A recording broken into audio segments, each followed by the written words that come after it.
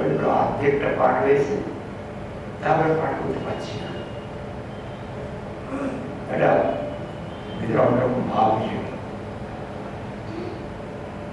তখন বুঝতে বলে রেখে দাও।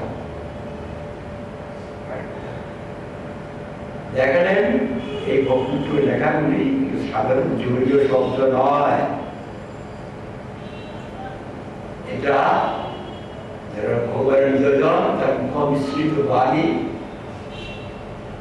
এটা যে পরব্রহ্মের শব্দ, ভগবানের সঙ্গে অভেদ।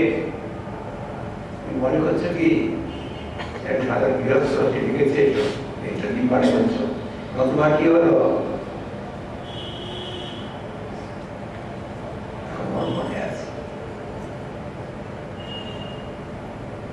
বিপারিত যাতে আমাদের অপরাধের দ্বারা আমরা তাকে প্রতিষ্ঠিত না, যে কোনোটা একটা কাজ তারা করেন একটা উদ্দেশ্য সৃষ্টি আছে।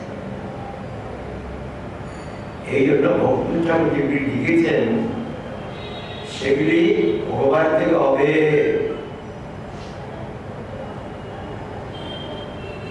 সেটাকে আশ্রয় করলে ভগবানকে পাওয়া যাবে, তাদের শরণাগত হয়ে তার পরম্পরায় তাকে অবলম্বন করে আমাদের ভক্তিন্দ্র সরস্বতী সংযোগ রাখলেন। তিনিও নিত্যপাঠ নয়নমণি মঞ্জুরি, এই জন্য নাম রাখলেন নয়ন। নয়ন তার গুরুদেব, তার আনন্দ বর্তন করেন শ্রীকৃষ্ণ। বাইরের লোক নয়ন মোহন, নয়ন নাথ। আর সেখানে এলো আমাদের দুবাই ঠাকুর বলছিলেন, তিনি বললেন এই বলছেন নয়ন মণি, নয়ন মণি। এটা আপনার গুরুদেব সেভাবে দেখেন। এই জন্য পুরুষোত্তম স্থানে, যে স্থানে প্রভুদের আবির্ভাবস্থলী তার অলৌকিক শক্তির দ্বারা প্রকাশ করলেন। ইস্কন গিয়ে সপ্তাহে কেউ আমার অনেক ভাড়া দিয়েছে, 40 বছর ভাড়া দিয়েছে, কেউ পাবে না, পালিয়ে গেল। আর গুরুদেবের এরকম শক্তি ছিল যেটা তিনি ধরবেন করবেন না করেছেন। সব গুরুভারে বলছেন আপনি যদি না, তাহলে আমাদের গুরুদেবের আস্থানটা প্রকাশিত হবে। আপনি অনেক বিভাগে পাঠ করছেন, এটা করবেন না, আপনারা যখন বলছেন এই যখন সম্পর্ক নিলেন আর কি রকম কষ্ট স্বীকার করলেন। আমি বললাম যে কেউ কষ্ট স্বীকার করছে না, আপনার শরীর খারাপ, এবার ঘোষণায় পিঠপড়ার মধ্যে না ঘুরে আছেন, সুতরাং আপনি কারো চিন্তা করছেন এটা হবে না, জানা কাউ কেউ চেষ্টা করছেন। তিনি আমার কোনো উত্তর দিলেন না। চিফ মিনিস্টারকে দরকার করে প্রধানমন্ত্রী পার্টি এন্ডাওমেন্ট কমিশনকে ডাক, আমার উত্তরই দিলেন। তিনি সেটা করবেন বলে ঠিক করেছেন যে সব আমার সতীর্থ চাচ্ছে করবই, যেটা তিনি ধরেছেন না করে থাকে, অসম্ভবকে সম্ভব করেছে। বিপদ কল্পনা করতে পারে না। 40 বছর যাবৎ ভাড়াটিয়া রয়েছে, শুধু যায় বলে এভিকশন অর্ডার হলে যেতে পারে। সুতরাং সেই নয়ন আমাদের যে নাম, প্রভুপাদের নাম, সেই প্রভুপাদের নাম ভগবানের পার্শ্বদ, সাধারণ ব্যক্তি নন, সাধারণ ব্যক্তি নন। তারা এসে সমস্ত অপসিদ্ধান্তকে দূর করে দেয়, পৃথিবীতে প্রচার দেয়। এখন তারা চলে যাচ্ছেন সব, সন্তোষী মহারাজ আর আমাদের মহারাজ, আর তাদের ঘরের মধ্যে কেউ নাই, চলে যাচ্ছে।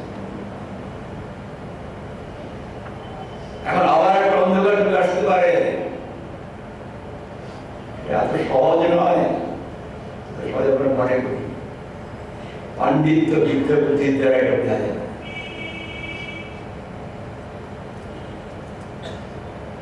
এটা এই জন্য ভক্তিবিনোদ ঠাকুর তার বিধিতে লিখেছেন শ্রী রাধাকৃষ্ণ পদকমল ভাবে, সেখানেই তিনি লিখেছেন সিদ্ধ দেহ দিয়া বৃন্দাবন মাঝে সেবামৃত করদান, পিয়াইয়া প্রেম মত্ত করি মরে শুনো নিজ গুণগান। কি বললেন? ভগবান আছেন সেই অদক্ষজ ভূমিকায়, অতীন্দ্রিয় ভূমিকায়, নির্গুণ ভূমিকায়। আমি সমন ভূমিকা আছি, এর লাভ বুদ্ধি করে এর সাথে ঘুরে বেড়াচ্ছি। কি বলছে এটা? তিনি যে অপরাগিত হয়ে গেছে, অপরাগিত হয়ে গিয়ে যদি আমি যাই, তখন তার কৃপা হলে দেওয়া যাবে। এই যে বলছেন আমাকে আপনি কৃপা করে সিদ্ধ দেহ প্রদান করুন, অপরাগিত দেহ প্রদান করুন, আর সেবাটা আপনি দিবেন কৃপা করে, এবং আপনি কৃপা করে দেন। আর আপনি আমাকে প্রেম, সেই শুদ্ধ প্রেমকে পান করার, আপনি নিজেই সেটা আপনার মহিমা আমার মধ্যে কীর্তন করে আপনি নিজে শুনুন। আমরা গ্রন্থ করে বুদ্ধিমতা কসরত করে বললাম, এইভাবে সে কথা হয় না, সে কথাটা অবতীর্ণ হয়।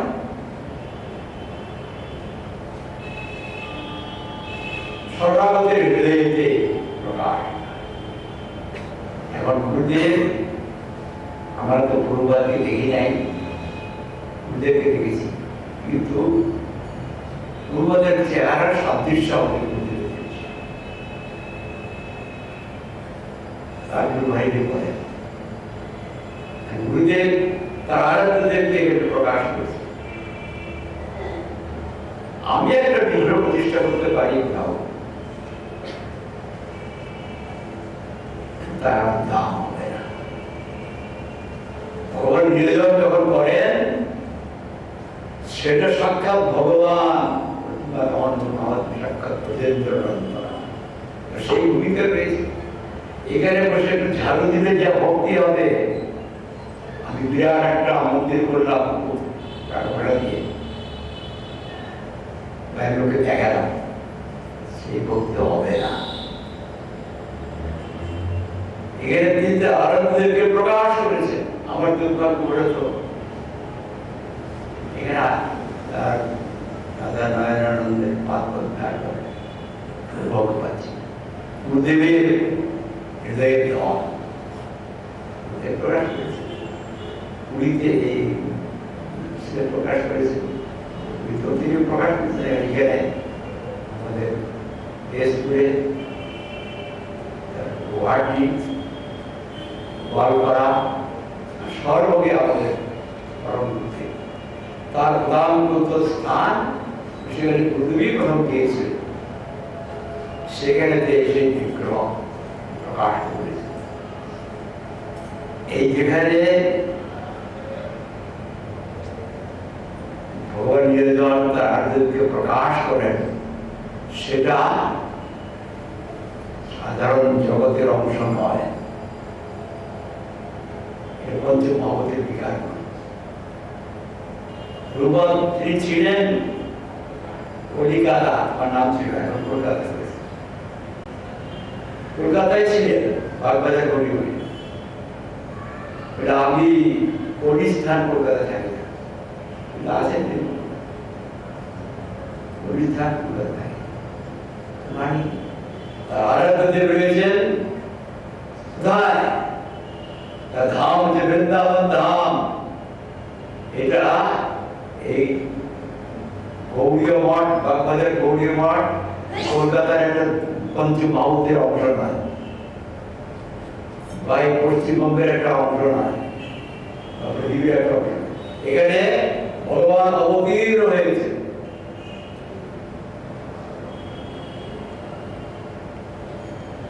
যদি আমরা সেইভাবে গুরুদেবের প্রপন্ন হই, গুরুদেব তার পিছনে আছেন, তার গুরুদেব পিছনে আছেন, ভগবান পিছনে থাকবেন, তখন সেটা অন্যরকম হয়ে যাবে। সেই জন্য আমার দুর্ভাগ্য, প্রতি বছর গুরুদেবের সঙ্গে আসতাম, কিন্তু আসতে পারছি না। কিন্তু এটা আমার দুর্ভাগ্য, আমার অপরাধ।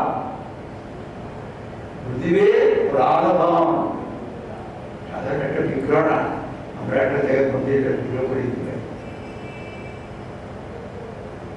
কিন্তু এখানে বসে কিছু যা কিছু করবো তার যা মূল্য, আর সেখানে অনেক কিছু করলেও সেই মূল্য নাই। এই জন্য সর্বদা আবার গুরুমাল সেই সময় ছিলেন, তার বিগ্রহ প্রতিষ্ঠা হয়, প্রবাদ করে শ্রী মহারাজ। সেখানে যাওয়াটা সৌভাগ্যের কথা। আগে সেখানেই সমস্ত অনুষ্ঠান, সব ভক্ত সেখানে একত্র, এবং প্রবাদের ইচ্ছাতেই গুরুদেব সেই সেবাটা পেলেন। এমনি যেমন প্রবাদের আদিবাস না, সকলেই চেষ্টা করে কেউ পায়নি, গুরুদেব পেলে গেল, তাকে কি দিবেন তিনি পাবেন। যাই হোক, আমার একটা সৌভাগ্য, যেখানে রাধা নারায়ণজির এখানে আসলাম, যারা এখানে গুরুদেবের আশ্রিত সতীর্থ প্রতি শ্রদ্ধা। আমার গুরুদেবের খুব প্রীতি আছে, কিন্তু গুরু ভাইয়ের মধ্যে কোনো প্রীতি নাই। এটা গুরুদেবের শিক্ষা না। গুরুদেব তার গুরু ভাইদের সম্মান আচরণ শিক্ষা দিয়ে। সুতরাং যেখানে গুরুদেবের কৃপাপ্রাপ্তরা রয়েছেন, যারা সেই সেবা পরিচালনা করছেন, আমাদের গুরুদেবের স্থান রক্ষা করতে সেবা করছে। আমি বঞ্চিত হয়েছি, আমার ঠিক করাও আসতে পারি, আবার বিঘ্ন হয়, তারপরে আসা। আবার এবার নয়ন ময়নের ওখানে প্রতিজ্ঞাপনে সৌভাগ্য করবো না, ওই তিনবার ঘুমাবে। আবার এবার বোধহয় করা যাওয়া হবে এবং সর্বভূমি যাওয়া মনে হয় যাওয়া হতে পারে। অপরাধ সারানোর জন্য সেটা নিয়ে যেতে হবে। আজকে ইতিহাসে তিনি সম্পর্কে কিছু বলতে হবে। আজকে জয়া একাদশী, জয়া একাদশী তিথি। এই তিথিতে আমাদের একাদশী মাহাত্ম্যতে লিখছে যে ভবিষ্যৎ পুরাণ, তারপরে আবার কৃষ্ণ বললেন পদ্ম পুরাণ, তার উদাহরণ দিয়ে যুধিষ্ঠির মহারাজ কৃষ্ণকে প্রশ্ন করছে, আপনি তো জগৎপতি বলে নাই, আপনি অবদায় সকল সমস্ত ঈশ্বরের মানুষ, জগৎপতি হিসেবে না। এখন যুধিষ্ঠির মহারাজ তাকে প্রার্থনা করছেন, আপনি সব সৃষ্টি করলেন, সৃষ্টি করতে আমাদেরকে ব্রহ্মা, আপনি মূলে আছেন। কি কি সৃষ্টি? জরায়ুজ প্রাণী,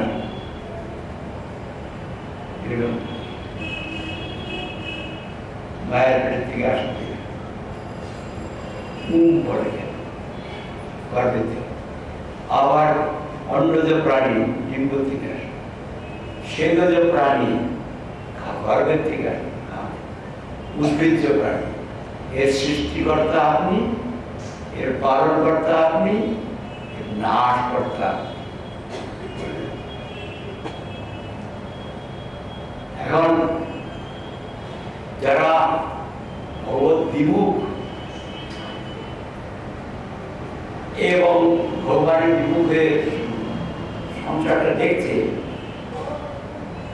তাদের তখন কি হয়, সংসারের চকমকটা দেখে ও করতে ইচ্ছা, যেরকম পোকাগুলি চক্ষু ইন্দ্রিয় যখন প্রবল, এখন আগুনটা জল জল করছে, লাভ দিয়ে পরে জলে করে। আমরা যখন ভগবত বিমুখ হবো, সামনে দেখবো মায়া সমাজ জগৎ স্বপ্নাবস্থিত নিত্য সুবোধ তারাভ্রান্তে মায়াদুরিত সদীপ অবভাবী প্রবল। কেমন এই পৃথিবী না, এই অনন্ত ব্রহ্মাণ্ডের নাশবান অনিত্য, কোনটাই থাকবে না, মহাপুরেশ ঢপড়ে অশেষ অসৎস্বরূপম, যা আমরা দেখছি স্বপ্নাবম। যখন স্বপ্ন দেখে তখন স্বপ্নটাকে স্বপ্ন মনে হয় না, মনের একটা কল্পনাকে স্বপ্ন বলে না। যখন স্বপ্ন দেখে তখন সে মনে করে একটা বাস্তব, স্বপ্নটা ভাঙলে তখন দেখে দিয়ে যাবে বলে নিজেই জানি আমি স্বপ্নের কি স্বপ্ন দেখছি পরিবেশনকে বুদ্ধের প্রভাব থেকে, যার পরিবেশনে আসল সেক্রেটারি একটা জায়গায় গেছি প্রচারে,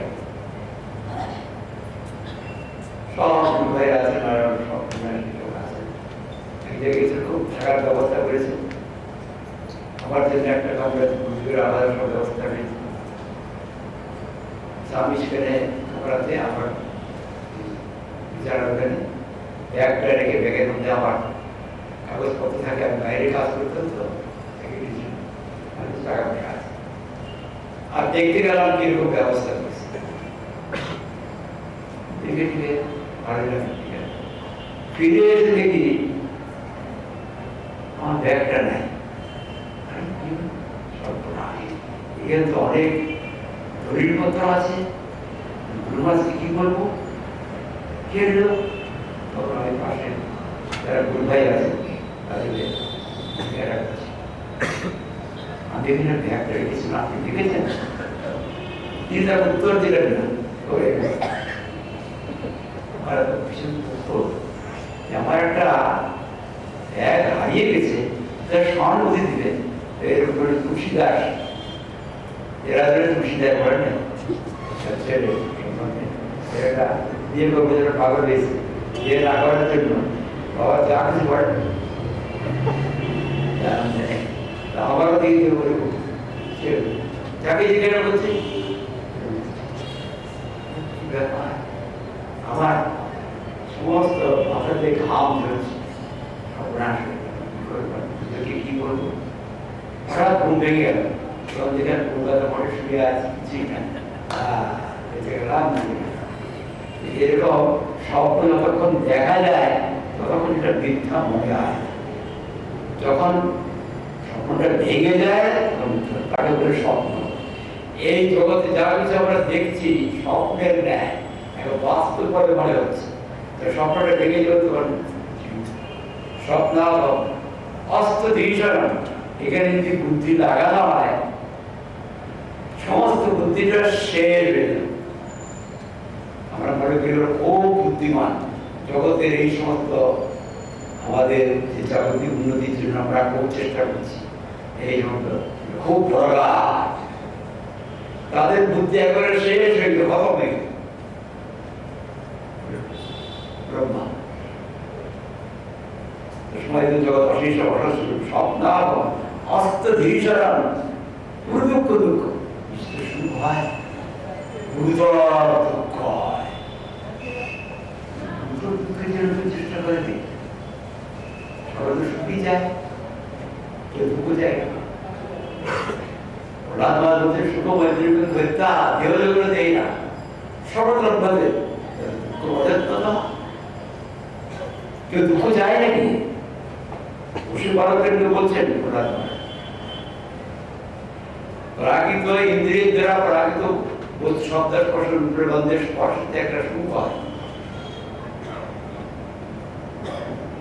সেই সুখ যেমন দুঃখটা আমরা চাই না, সুখ মন্দির দেখতা দেহ জগতে দিয়ে না সমগ্র দেখতে তার দুঃখ অযত্ন, দুঃখটা আমরা চাই না আপনার আগে না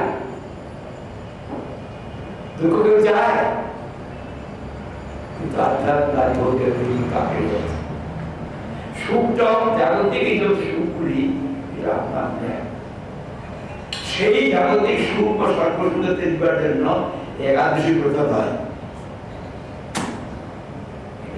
বলছি দেখে ওইসব অনেক কিছু বললো, কৃষ্ণ কথা বলবে, ভক্তি কথা বলে শেষ করবে, ও স্বর্গে গেল, আবার সেই পিশাচের সূত্রে মুক্ত হলো, ও আরাম করে তার শিষ্যকে থাকলো। এদিকে আবার দেখছে ওইসব।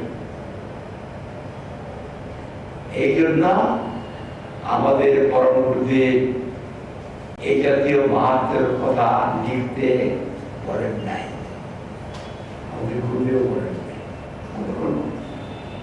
ভাই সামনে একটা দেখতে ভূমিকাটা দেখতে হবে, অনেকে পারে না সেখানে বলছে এই জন্য স্বপ্নাম হস্ত দিয়েছিলাম পুরো দুঃখ দুঃখ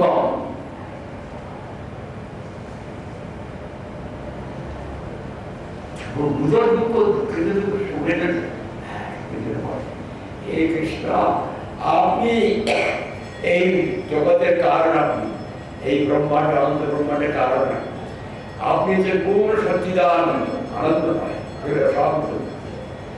আপনার বিমুখ যখন হয় আপনার ছায়াটা আসে মায়া, মা মানে নট এক, যেটা আমি দেখছি জগৎ থেকে নিত্য মনে হয় কিন্তু নিত্য নয়, অনিত্য, জ্ঞানময় মনে হয় কিন্তু জ্ঞান মানে অজ্ঞানময়, আনন্দময় মনে হয় কিন্তু আনন্দের অভাব। যতটা বলছি যেরকম পোকাগুলি আগুনের আলো থেকে একবার ছাপিয়ে পড়ে আর মরে, ঠিক তত ভগবত বিমুখে সে মায়াটিকে দেখে যে সুখ দিয়ে বলে আমরা ছাপতে পড়বো, ছাপতে পড়ে ঝরে পড়ে পড়বো। Write about our words, Krishna. তিনি যে রবীন্দ্র সঙ্গে সেটাই আনন্দ রয়েছে, রসবৈশ্বর হচ্ছে রস পার্সনিফাই কৃষ্ণ। আপনারা এখানে আছেন, আস্তিক নাস্তিক কেউ শরীরটাকে ব্যক্তি করে না, তোমার কথা এখানে যদি একটা লোক মরে যায় আপনার সব পাঠিয়ে দেবেন, মরে যায় এবার থাকবে একটা লোক মরলেই তাকে চুলে স্নান করতে হবে,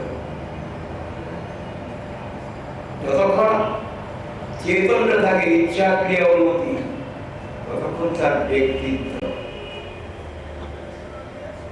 সেই ব্যক্তিত্বের মধ্যে এরকম একটা সত্তাশীরা নিত্য থাকে, কিন্তু ভগবানকে ভুলে মায়ের মধ্যে পড়ে অনেক তো ধীরে ধীরে এসে মনে করছে আমি শরীর আমি শরীরটা আমি থাকলাম মরে যাব, আমি জন্মালাম না বললাম না, এসব দুঃখ আবার না, কিন্তু ভগবানের ভুলে এই মায়া চক্করে পড়ে গেছে। ভগবান বলছে তোমরা আমার সব করতে চাও না,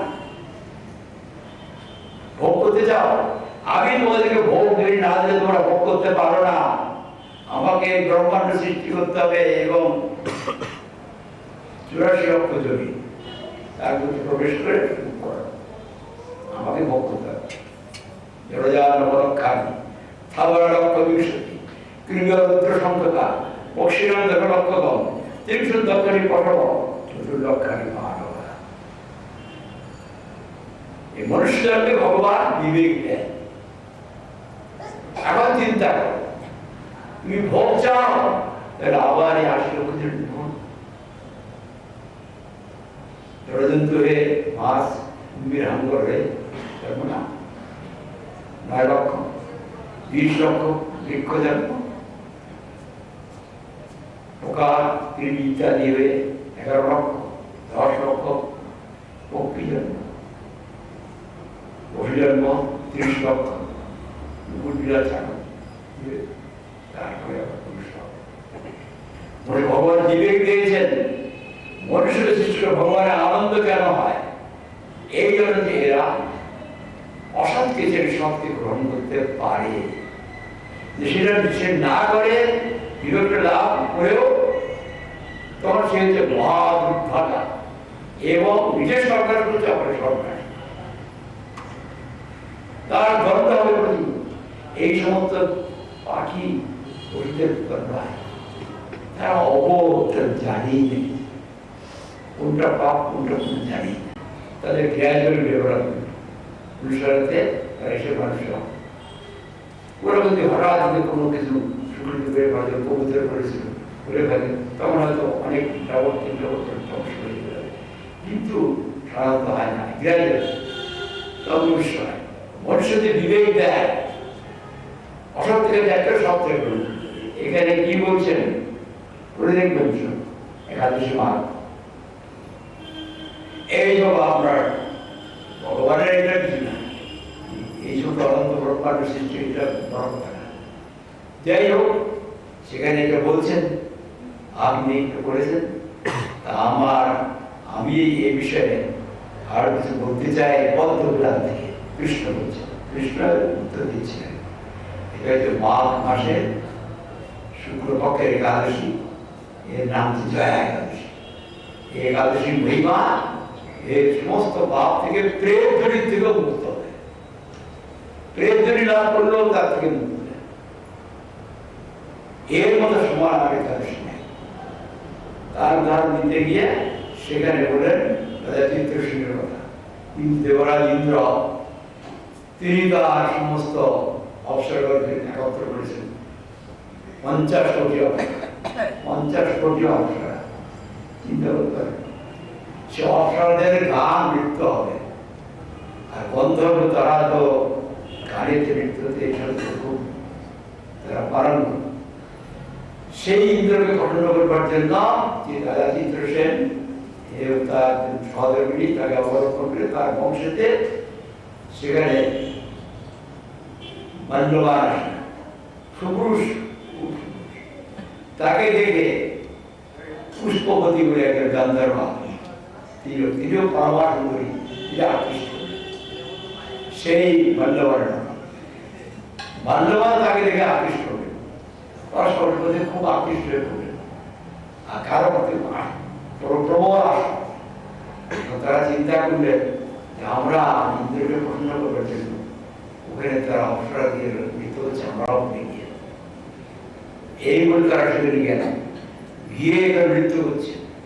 কিন্তু যেখানে আবেশ হয়, আসক্তি হয়, সে তাল বেতাল হয়ে যায়, ওর প্রতি আসক্তি হবে, আসক্তি ওদিকে ওদিকে দৃষ্টিটা আছে তো, সুতরাং যেটা কাজ গানটা করছে সেদিকে দৃষ্টি নেয়, উল্টে পাল্টা হয়ে যায়, উল্টে পাল্টা হয়ে যাচ্ছে। দেবরাজ ইন্দ্র দেখলো